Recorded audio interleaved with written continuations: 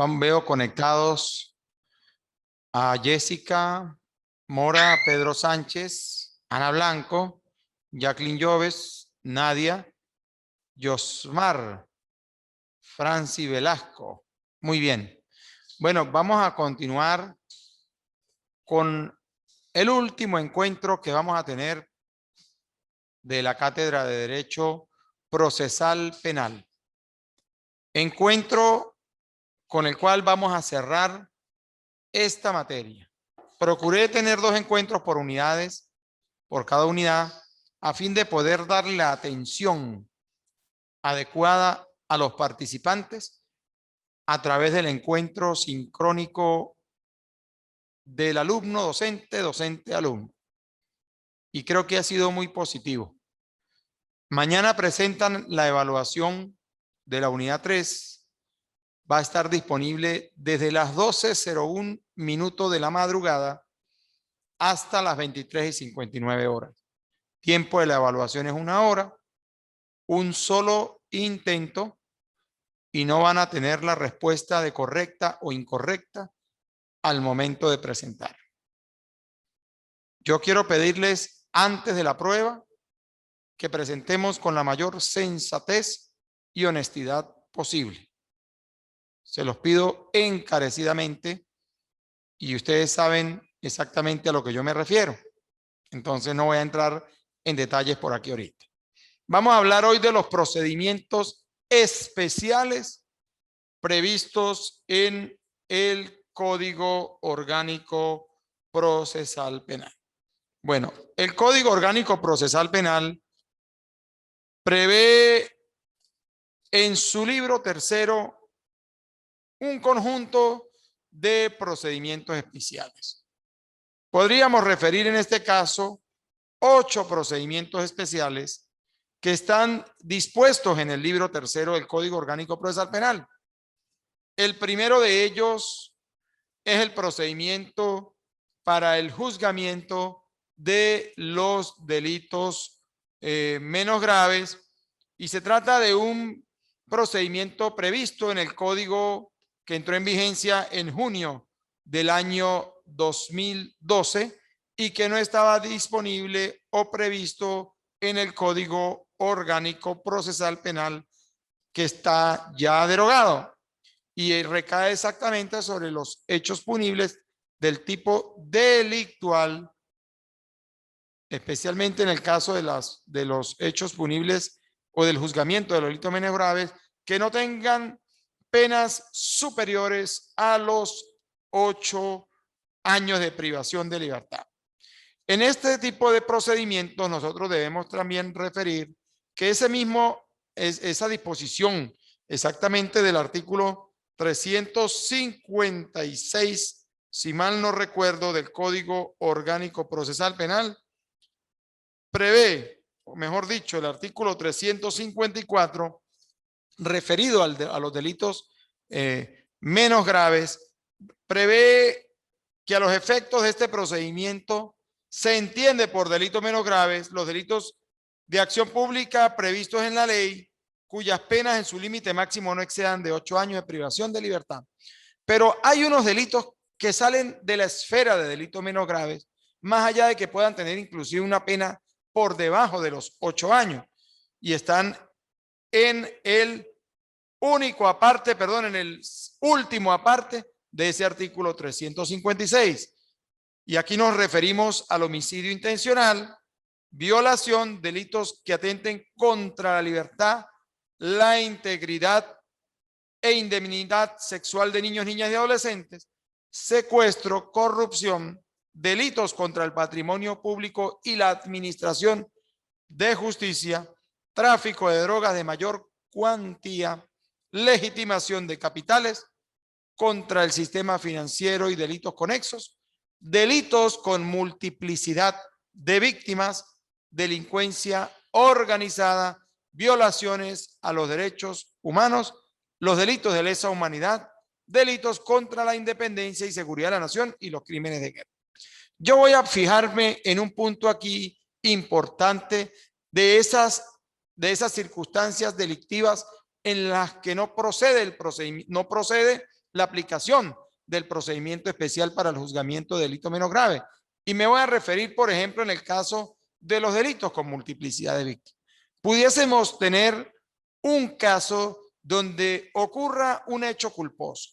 El conductor de una unidad de transporte colectivo colisiona con un objeto fijo o con otro vehículo en una carretera y se producen un fallecimiento y concurren también otras víctimas con lesiones que pudiesen ser leves, menos graves, graves o gravísimas, pero a fin de cuentas, lesiones culposas. Y esas lesiones culposas y el homicidio culposo, pues en su límite máximo no supera los 8 años. Entonces, al existir multiplicidad de víctimas, pues no podríamos llevar ese procedimiento a través del juzgamiento de delitos menos graves. No pudiésemos hacer uso de ese procedimiento especial en razón a que existen varias víctimas, existen multiplicidad de víctimas. En consecuencia, no podría ser aplicado ese procedimiento especial. Voy a referirme a lo básico de cada procedimiento por el tiempo que nosotros tenemos para la clase. También tenemos el otro procedimiento. Tenemos el procedimiento ya les vamos a decir exactamente el segundo procedimiento que vamos a ver.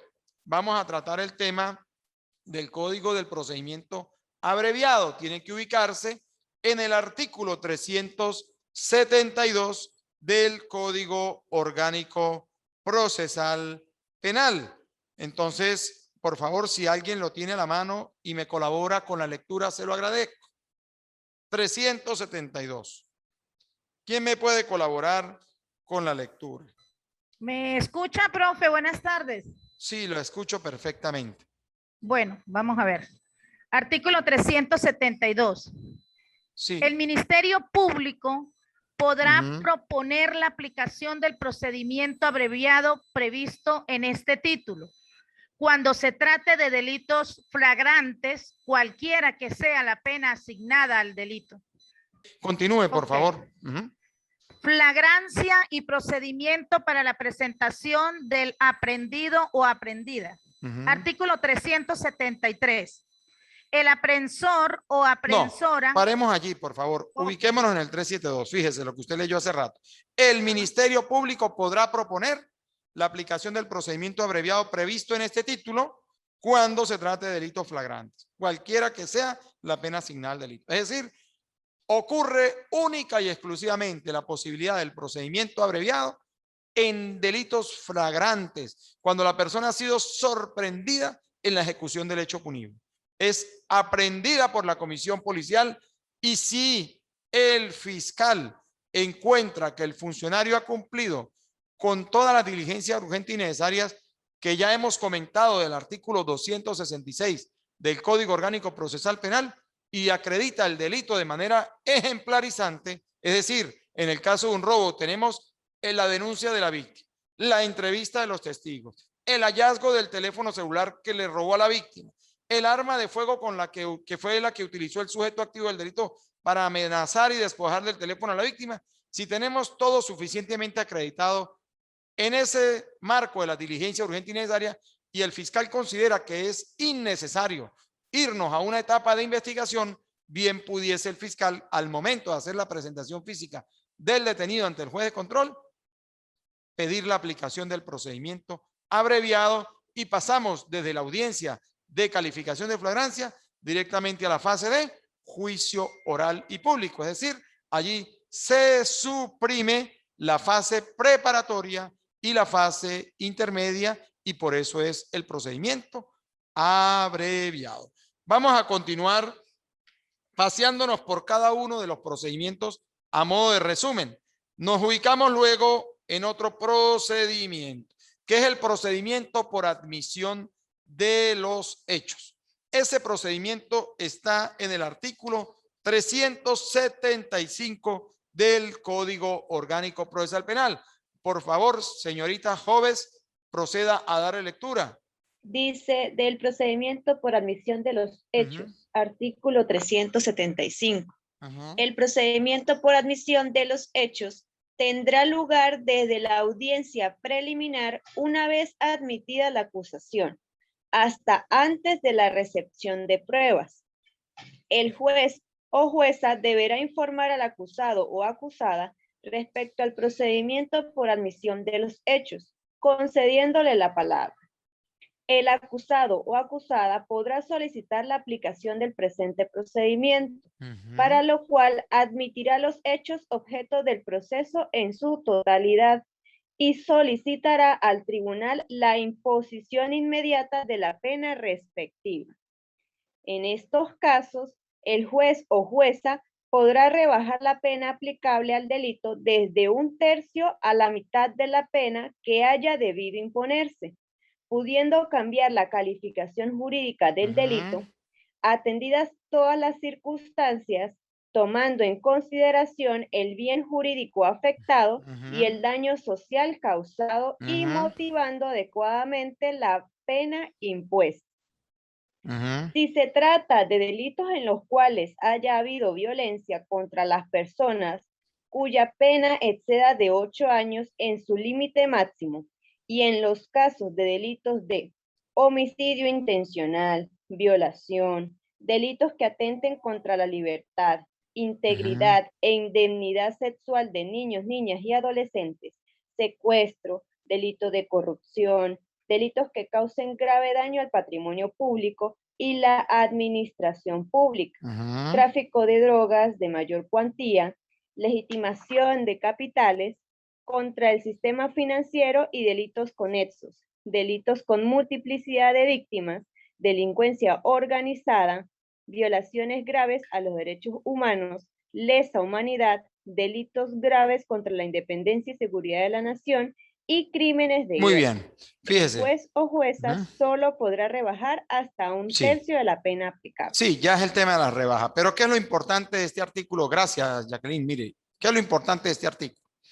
Lo importante de este artículo es que el procedimiento por admisión de los hechos tiene lugar desde la audiencia preliminar, una vez admitida la acusación, hasta antes de la recepción de pruebas. ¿Qué nos está diciendo el legislador con esto? Que solo procede en la fase intermedia, en la audiencia preliminar, es decir, debe existir una acusación fiscal presentada y debe ser previamente admitida por el juez de control.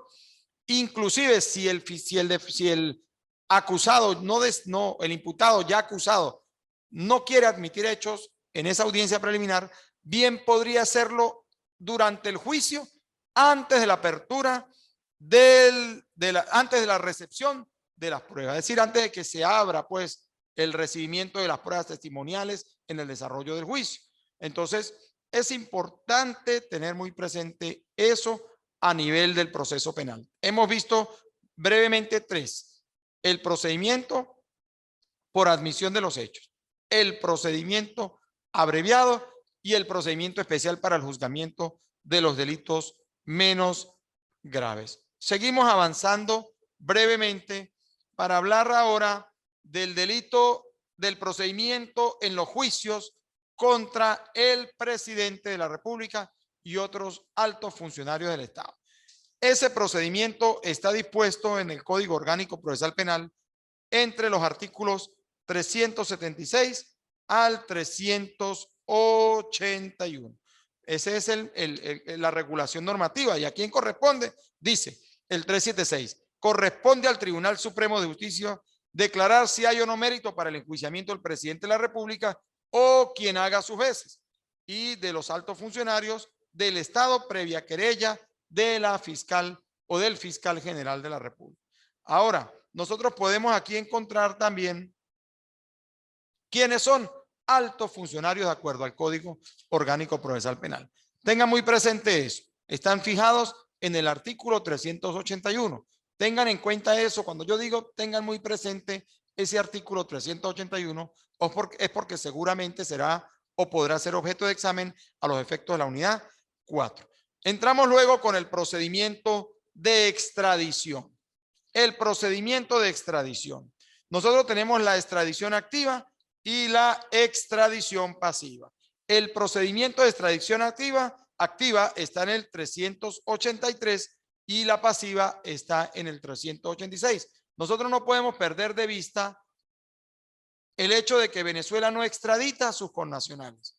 Y el fundamento de la no extradición de los connacionales, de nuestros connacionales, personas que viven en Venezuela y que son venezolanos y que residen en nuestro país y que sean requeridos por la justicia de otros países, pues Venezuela, en fundamento del artículo 69 de la Constitución, no permite la extradición de estos al país requirente. Pendiente con eso. La extradición activa, cuando el Ministerio Público, por ejemplo, tuviere noticias de que un imputado al cual le ha sido acordada medida cautelar de privación de libertad y este se hallare en otro país, ¿verdad? El fiscal podrá solicitarle al juez de control que inicie el procedimiento de la extradición activa. Es decir, Venezuela le pide a ese otro país que apruebe la extradición desde allá para Venezuela. En este caso, podremos hablar allí de la extradición activa y el fundamento está en el artículo 383 del Código Orgánico Procesal Penal hasta el artículo 385. Allí van a encontrar el fundamento normativo. Y luego hablamos de la extradición pasiva, que es en aquellos casos en los que un gobierno pues de otra nación solicite la extradición de alguna persona que se encuentre en nuestro territorio. Si el país está reclamando la extradición de un venezolano, pues sencillamente Venezuela se ve impedida de cumplir con esa extradición en razón al impedimento que tiene nuestra Carta Constitucional en el artículo 69. Inclusive pudiese tratarse de un colombiano por nacimiento y que tenga la nacionalidad de Venezuela, ¿verdad? Por naturalización. Al tener la nacionalidad venezolana, más allá de que no sea una nacionalidad de que se trate pues de una nacionalidad adquirida, pues se vería impedido el Estado venezolano de cumplir con ese requerimiento de extradición. ¿Qué podría hacer nuestro país en este caso? Bueno, en función al principio de doble incriminación, pues habría que exigir o tramitar o el país requirente cumplir con la remisión de ese expediente penal del país en el que se cometió el delito. ¿Para qué? Para que sea juzgado en Venezuela con ese expediente. Eso en función al principio de doble incriminación, que es uno de los principios que rigen el tema del tratado de asistencia mutua en materia penal que pueda tener Venezuela con ese país y el tratado de extradición que haya suscrito nuestro país con ese país también que está requiriendo el envío de ese connacional. Entonces, ¿qué pasa? Una vez que ese país requirente ha cumplido con todos esos protocolos propios de la Cancillería, pues ese expediente llega a Venezuela y si el delito que se cometió allá está penalizado también en Venezuela, pues tan sencillo que con ese expediente el fiscal venezolano podría perfectamente solicitar el enjuiciamiento ante la jurisdicción, ante la justicia venezolana de esa persona con uso del expediente debidamente acreditado con los protocolos de Cancillería que exigen el marco de tratados o convenios suscritos por nuestro país. En mi experiencia tuve dos casos similares o dos casos de esa naturaleza y logré trasladar a la fase de juicio a personas que cometieron delitos en otro país y que pretendieron evadir el procedimiento en sus países de comisión y fueron debidamente judicializados en Venezuela en fundamento de lo que les señalé, porque ellos creían que escapaban de la mano de la justicia al no existir en Venezuela la posibilidad de extraditarlos a ese país, pero no conocían exactamente los entretelones de los tratados de asistencia mutua que ha suscrito nuestra patria, además del tratado de extradición que ha suscrito nuestro país con cada nación del mundo. Tenemos también, luego de ello, tenemos el procedimiento en los delitos de acción dependiente a instancia de parte. Ese procedimiento también es especial y está entre el 391 del Código, exactamente del 391 al 409 del Código Orgánico Procesal Penal. Aquí nosotros tenemos que hablar de que nuestro Código Penal venezolano tiene algunos delitos que son de acción pública y que son de obligatorio conocimiento por parte del Estado a través de la Fiscalía. Y hay otros delitos que, más allá de ser delitos, pues son de acción privada, en los que quien ejerce la acción penal pues es la propia víctima sin la intervención del Ministerio Público. Como titular de la acción penal sería solamente la víctima. En este caso tendríamos, por ejemplo, el caso de los ejemplos de difamación, de los delitos de difamación, delitos de injuria, violación del domicilio simple, la amenaza privada. Esos son delitos que no pueden ser investigados por el Ministerio Público en el ejercicio de la acción penal como titular, conforme lo manda el 285 numerales 3 y 4 de la Constitución. No, es facultad de la misma víctima en razón al procedimiento especial que les estoy señalando y cuyas formalidades están dispuestas en el artículo 392. ¿Qué hace? Si la víctima, en este caso del delito de difamación, no posee los elementos materiales probatorios para poder hacer uso de la acción penal, pues puede apoyarse a través de la Fiscalía invocando el auxilio judicial fijado en el artículo 393 del Código Orgánico Procesal Penal. Él puede dirigir un escrito al juez de control para pedirle que se cumplan determinadas diligencias de investigación a través del Ministerio Público y que una vez recabadas le sean entregadas para poder ella presentar la solicitud de enjuiciamiento en fundamento, como dije antes, del procedimiento que está entre el artículo 391 al 409 del Código Orgánico Procesal Penal. Luego tenemos el procedimiento para la aplicación de medidas de seguridad. Este es un procedimiento especial a la orden. En los delitos de acción penal privada, cuando se trata de difamación de menores de edad, recuerdo que usted dijo en una clase que también le correspondía a la Fiscalía del Ministerio Público. Sí, señor. En fundamento del artículo 216 de la Ley Orgánica para la Protección del Niño, Niña y del Adolescente, todos los delitos de acción privada se convierten en de acción pública o reciben un tratamiento como delitos de acción pública cuando el sujeto pasivo o la víctima sea un niño, una niña o un adolescente, en fundamento del artículo 216 de la Ley Orgánica para la Protección del Niño, Niña y del Adolescente. Muchas gracias, Pedro, por la intervención. Muy importante. Gracias. Continuamos. También tenemos el procedimiento para la aplicación de medidas de seguridad. Artículo 410. Muy pendiente con esto.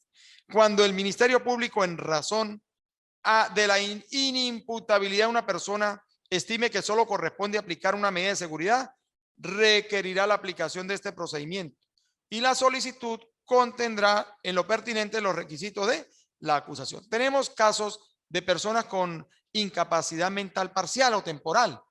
A lo mejor en sanidad cometieron algún hecho, pero producto de alguna depresión, pues pudieron haber incurrido posteriormente en un estado de incapacidad parcial o temporal que los hace inimputables en ese momento.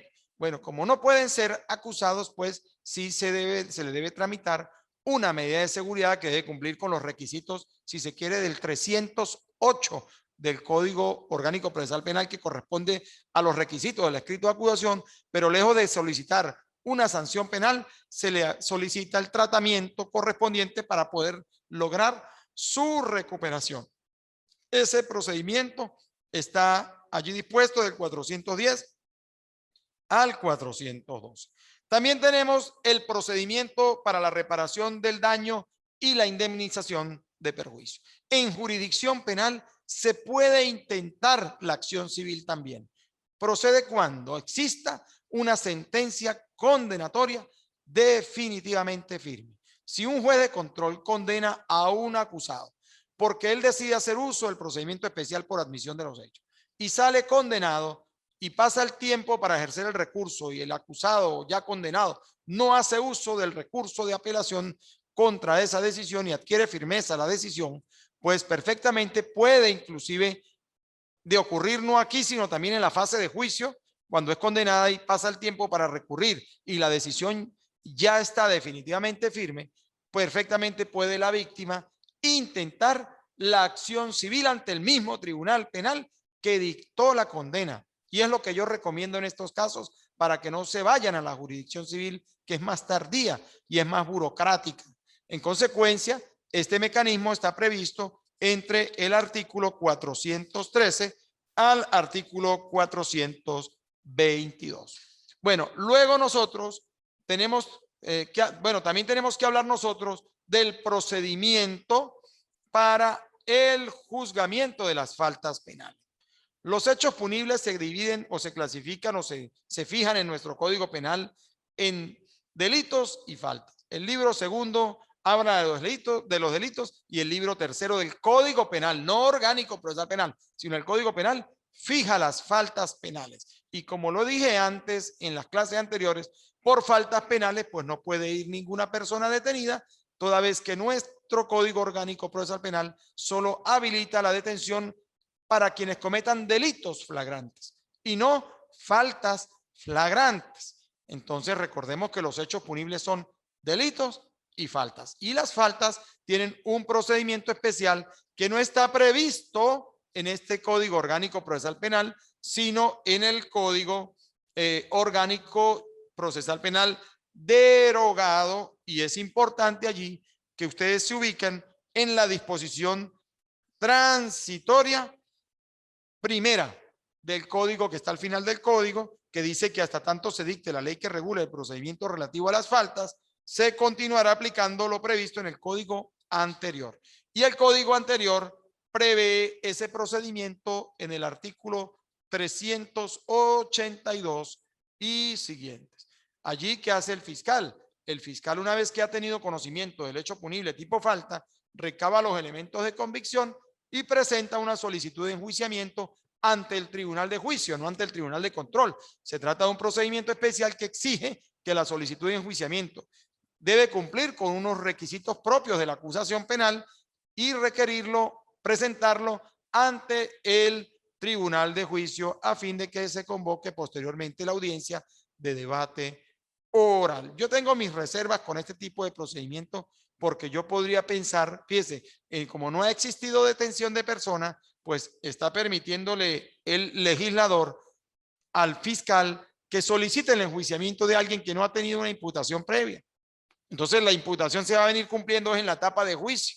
Entonces va a terminar siendo la persona acusada, ¿verdad?, ante el tribunal de juicio sin haberse cumplido con un acto de imputación previo. Es un elemento muy importante que pudiese incluso ser objeto de análisis a través de un trabajo especial de grado. Bueno, esos son los procedimientos especiales. Ahora, nosotros vamos a hablar brevemente también de los recursos durante las audiencias. El Código Orgánico Procesal Penal prevé 5 tipos de recursos. El primer recurso es el recurso de revocación. Y este procede solamente ¿contra qué? Contra los autos de mera sustanciación, a fin de que el tribunal que haya dictado la decisión examine nuevamente esa cuestión que ha señalado o la cuestión que ha decidido y dicte una decisión distinta o que corresponda según el tribunal. Pudiese el tribunal en esa audiencia incluso ratificar, decir, no, yo mantengo la decisión que tomé hace minutos, en consecuencia no procedo a realizar ningún cambio de posición ni de criterio, más allá de que se intente el recurso de revocación. Este recurso de revocación está fijado en el artículo 436 del Código Orgánico Procesal Penal y puede ser interpuesto en el desarrollo de las audiencias y deben ser resueltos por el juez de manera inmediata en la audiencia sin necesidad de suspender la misma. El procedimiento lo van a encontrar en el artículo 438 del Código Orgánico Procesal Penal. También tenemos el recurso de apelación de autos. Te voy a poner un ejemplo. Un ejemplo, por ejemplo, del recurso de revocación. Cuando hablamos de asuntos de mera sustanciación. A lo mejor el juez en la audiencia decide darle a una persona una medida cautelar de las dispuestas en el artículo 242, pero dice que le asigna o le da un arresto domiciliario. Es decir, numeral primero del 242. A lo mejor allí el defensor alega: ciudadano juez, en uso del recurso de revocación, le sugiero respetuosamente se le conceda otra medida cautelar distinta, porque mi defendido tiene que estar presentándose cada 5 días al servicio médico porque sufre de X enfermedad. Y entonces, en ese caso, el juez pudiese, de manera razonada, pues cambiar la medida. Ese es un tema que no tiene incidencia sobre el fondo del asunto y que puede ser perfectamente revisado en el desarrollo mismo de la audiencia oral. La apelación de auto. Bueno, el recurso de revocación se interpone de manera oral ¿ante quién? Ante el mismo juez en el que se está celebrando la audiencia, que en este caso puede ser el juez de control o puede ser inclusive el juez de juicio. Inclusive pudiese ser en la misma audiencia que se pueda estar celebrando en la Corte de Apelaciones. El recurso de apelación de autos está fijado en el artículo 439 del Código Orgánico Procesal Penal. ¿Y qué nos dice ese artículo? Son recurribles ante la Corte de Apelaciones las siguientes decisiones. Numeral primero del artículo 439. Las que pongan fin al proceso o hagan imposible su continuación. Por ejemplo, que el juez diga que hay cosa juzgada. Se ha demostrado en esta audiencia que ya ese señor fue acusado y fue condenado en fecha anterior. En consecuencia, no puede ser nuevamente presentada acusación contra ella. Bueno, en fin, ese tipo de decisiones ponen fin al proceso y hacen imposible su continuación. Entonces, allí perfectamente puede el defensor intentar un recurso de apelación. Las que resuelvan una excepción. Las que resuelvan una excepción, salvo las declaradas sin lugar por el juez de control en la audiencia preliminar, sin perjuicio de que puedan ser interpuestas nuevamente durante la fase de juicio. Las excepciones del artículo 28 del Código Orgánico Procesal Penal. Las que rechacen la querella o la acusación privada. Si el querellante, en este caso la víctima, presenta una acusación particular propia y ella es declarada inadmisible, perfectamente puede la víctima, en este caso la afectada directa, intentar el recurso de apelación conforme al artículo 439, numeral tercero del Código Orgánico Procesal Penal. Cuarto, las que declaren la procedencia de una medida cautelar privativa de libertad o sustitutiva. Si decretan una medida cautelar o una privación judicial preventiva de libertad, más allá de que exista la posibilidad de revisión de medida, conforme al artículo 250 del Código Orgánico Procesal Penal, también puede ser objeto de recurso de apelación. Las que causen gravamen irreparable, salvo que sean declaradas inimpugnables por este código. Una víctima denuncia una estafa y resulta que, más allá de que hay elementos para investigar, el fiscal decide solicitar el sobreseimiento en favor de la persona denunciada porque considera que el hecho objeto del proceso no ocurrió. Y la víctima con esa decisión se ve afectada, le causa un gravamen irreparable. Entonces, en fundamento de ese numeral, puede perfectamente intentar el recurso de apelación de autos ante el juez de control que ha decretado a petición de la fiscalía el sobreseimiento de la causa. Las que concedan la libertad o rechacen la libertad condicional o denieguen la extinción, conmutación o suspensión de la pena. Eso tiene que ver con aspectos propios ya de la fase de ejecución, que el juez niegue una libertad condicional, ¿verdad? O considere que no está cumplida la pena y no se puede conmutar, entonces pues puede perfectamente, en este caso, el defensor en fase de ejecución de sentencia, intentar también el recurso de apelación contra el auto decisorio de ese juez de ejecución, que es un juez de primera instancia y la señalada expresamente por la ley. En la oportunidad para interponerla está en el 440 y les sugiero que lean ese artículo hasta el 442 del Código Orgánico porque fijan la oportunidad y el procedimiento para el trámite de ese recurso. Tenemos también el recurso de apelación de sentencia definitiva y está enunciado entre los artículos 443 al 450 del Código Orgánico Procesal Penal. Recuerden que las sentencias definitivas son aquellas que se dictan solo en la etapa del juicio oral y público. Tengan muy presente eso y lo señala claramente el artículo 443 del Código Orgánico Procesal Penal. El recurso de apelación será admisible contra la sentencia definitiva dictada en el juicio oral y los motivos están dispuestos en el artículo 444, además de la oportunidad procesal para interponerlo en el artículo 445 del Código Orgánico Procesal Penal y otros artículos propios del procedimiento, de la contestación y del procedimiento 446 y 447 de nuestro Código Orgánico Procesal Penal. Y luego tenemos también el recurso de casación. El recurso de casación. Artículo 451 al artículo 461. De ese articulado, yo les pido por favor que revisen con cuidado el 451 y el 452 del Código a los efectos de la evaluación.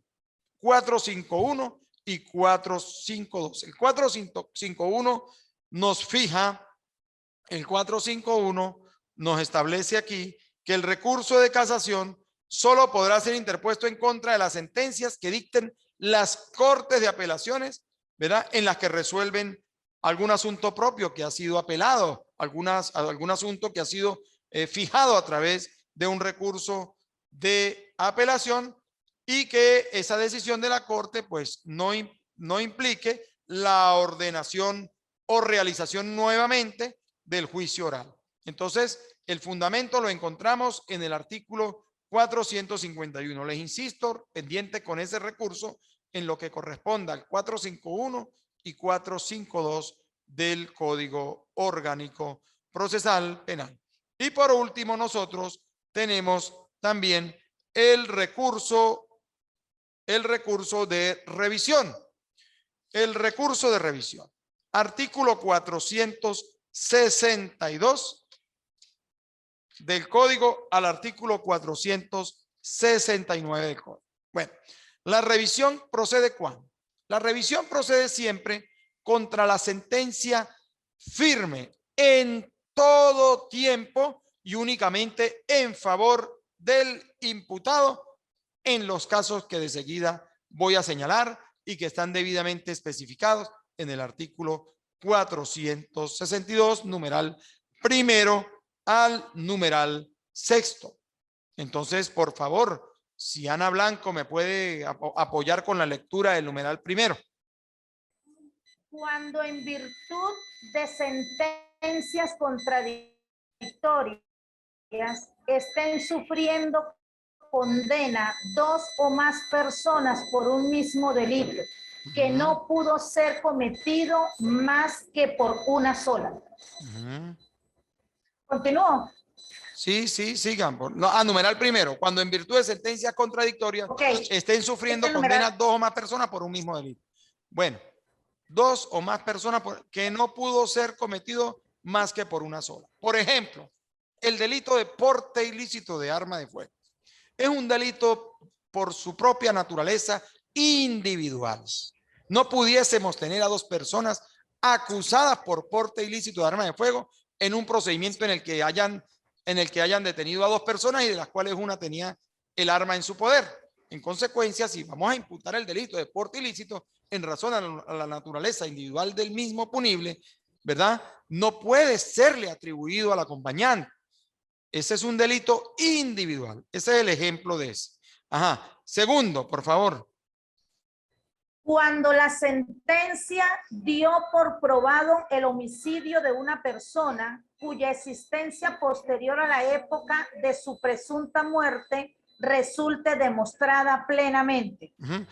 Cuando la sentencia dio por probado el homicidio de una persona cuya existencia posterior a la época de su presunta muerte resulta demostrable plenamente. Es decir, se presumía que la persona había fallecido y resulta que no falleció, está viva.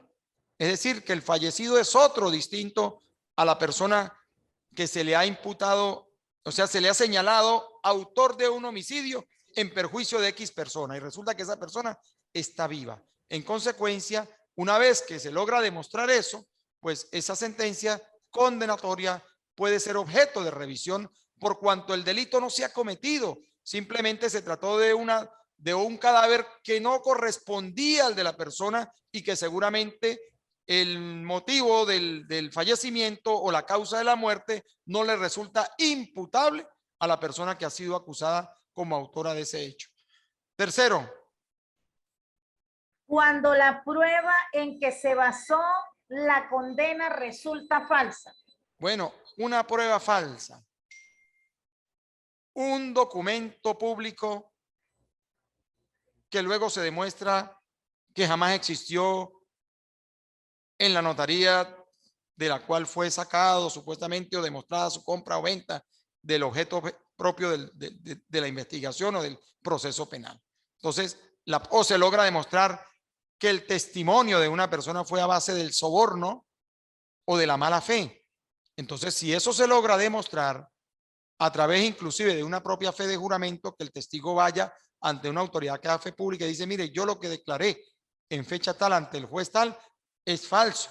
Aquí tengo los mensajes de soborno con el cual a mí me conminaron a decir esa mentira. Bueno, si esa prueba es suficientemente fuerte, ¿verdad? Como para consolidar una decisión condenatoria, siempre y cuando no existan otros elementos materiales probatorios que permitan acreditar el hecho y señalar a esa persona como autora y salga y condenable por ese hecho, pues obviamente que ese tema puede ser objeto de revisión en razón a la falsedad de la prueba que condujo a la condena de esa persona.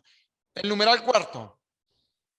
Cuando con posterioridad a la sentencia condenatoria ocurra o se descubra algún hecho o aparezca algún documento desconocido durante el proceso que sea de tal naturaleza que haga evidente que el hecho no existió o que el imputado o imputada no lo cometió. Sí. ¿Qué nos exige? Que ya haya existido una sentencia condenatoria. Entonces, después de que la sentencia condenatoria está definitivamente firme, surge algún elemento desconocido para el proceso hasta la condena, ¿verdad? Y que ese elemento que ha surgido demuestre que el hecho que fue denunciado no ocurrió o que inclusive el imputado no lo cometió.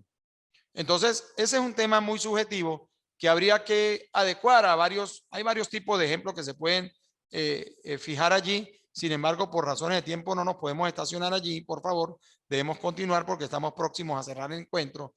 El numeral quinto, cuando la sentencia condenatoria fue pronunciada a consecuencia de prevaricación o corrupción de uno o más jueces que la hayan dictado, cuya existencia se declarará por sentencia firme. Que se logre demostrar que el juez ha condenado no porque ha logrado apreciar de manera seria en la valoración de las pruebas algún elemento que permita considerar racionalmente la condena, sino producto de una venganza de la misma corrupción, pues se ha puesto de acuerdo con otras personas para poder dictar una sentencia en contra de alguien a quien no le resultaba demostrable en el desarrollo del juicio su responsabilidad. Y la última, cuando se promulgue una ley penal que quite al hecho el carácter de punible o disminuya la pena establecida.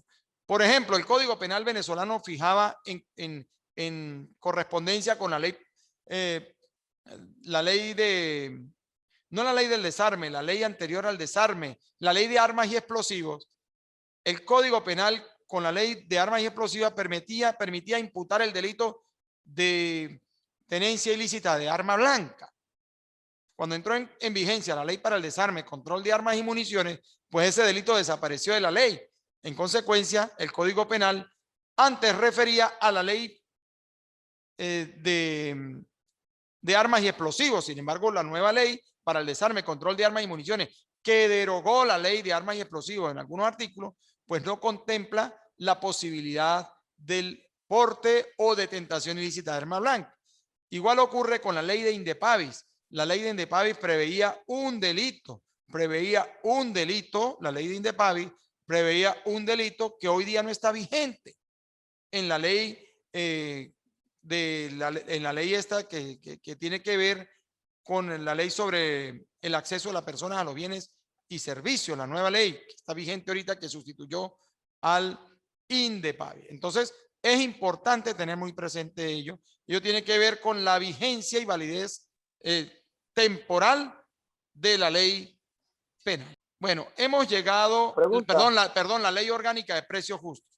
Estaba previsto en el artículo, había un delito que estaba previsto en la ley de INDEPAVIS y que en la actualidad en la ley orgánica de precios justos, que sustituyó la ley de INDEPAVIS y que inclusive sustituyó la ley para el acceso de las personas a los bienes y servicios, pues allí no aparece un delito que antes sí estaba previsto como delito en la ley de INDEPAVIS. Entonces, todas esas causas del año 2011 que fueron procesadas por ese delito que aparecía en esa ley y que hoy día no lo son, pues tan sencillo que pudiese pedir el defensor, más allá de que hayan sido condenadas, pudiese pedir ante la Corte de Apelaciones, perdón, sí, pudiese pedir la revisión de esa decisión a los efectos de dejar sin efecto a la condena y resulta perfectamente dable y viable. ¿Alguien te quería decir algo, por favor? Profe, con respecto al numeral 6 del recurso de revisión, por decirse, en la ley, a una persona ya tiene una sentencia firme, ¿sí? Pero sí, entonces él pide el recurso de revisión por decir, modifican el Código Orgánico Procesal Penal y por el delito que fue, digamos, condenado en el código anterior, baja de pena, en el nuevo código, él puede pedir, según el numeral 6, el recurso de revisión para que le disminuyan. Fíjese. O mantendría la misma pena. No, fíjese. Ahí hay que hacer uso, fíjese, cuando se promulgue la ley penal que le quite al hecho el carácter de punible. Primero, que despenalice esa conducta, ¿verdad? Y la segunda circunstancia, que disminuya la pena establecida. Es decir, si él fue condenado por homicidio calificado, cuya pena era de 15 a 20, y resulta que vino una modificación legislativa y le fijó una pena de 5 a 15, bajó la pena, pues obviamente que él tiene que pedir la revisión porque en base al principio de favorabilidad de la norma que está fijado en el artículo 24 constitucional, perfectamente puede el defensor hacer uso de la revisión para que le sea ajustada la pena en razón a la nueva sanción que prevé la ley que está entrando en vigencia o la disposición que está entrando en vigencia porque resulta más benigna para el sujeto condenado. Bueno, yo quiero pedirles a todos ustedes, primero agradecerles a todos su concurrencia, a Jessica Mora, a Ana Blanco, a Evi Villanueva, a Jacqueline Lloves, a Pedro Sánchez, a Valmore Lagos, comisario, saludos, a Yosmar Carrero, a Yoscarlis, a Yuleima Rojas, a Claudia, a todos los que están presentes en el aula el día de hoy. Quiero agradecerles su presencia en estas 8 clases. Hubo algunos compañeros que no pudieron estar presentes de manera sincrónica con nosotros, pero que sé que han observado las actividades académicas a través del aula virtual y a través del enlace YouTube, el enlace IESIP Edu. Y quiero invitarlos, por favor, para que el día de mañana ingresen desde tempranas horas a presentar sus evaluaciones. Cada quien sabe el horario de restricciones del servicio de energía eléctrica en su zona. Yo no puedo estar abriendo el examen a quienes lo hayan iniciado y se les haya interrumpido la evaluación. Por favor, tomen previsiones y procuren presentar de manera, en un horario, si se quiere, cómodo para ustedes. Ustedes conocen el tiempo en el que se producen las restricciones del servicio en caso tal del lugar donde residen y procuren salir bien en la evaluación. Quedo a la orden de ustedes. Muchas gracias por su presencia en el aula virtual. Se les quiere, se les aprecia. En nombre del Enlace Latinoamericano de Universidades, en convenio con la UNEYES, les quiero agradecer el interés que han mostrado en esta cátedra. Espero les pueda servir de mucha utilidad lo que hemos visto en las clases continuas que hemos tenido, al igual que aquellos que participaron en el seminario de actas policiales y demás aspectos procesales en materia penal. Un gusto saludarlos, se les quiere mucho, hasta luego.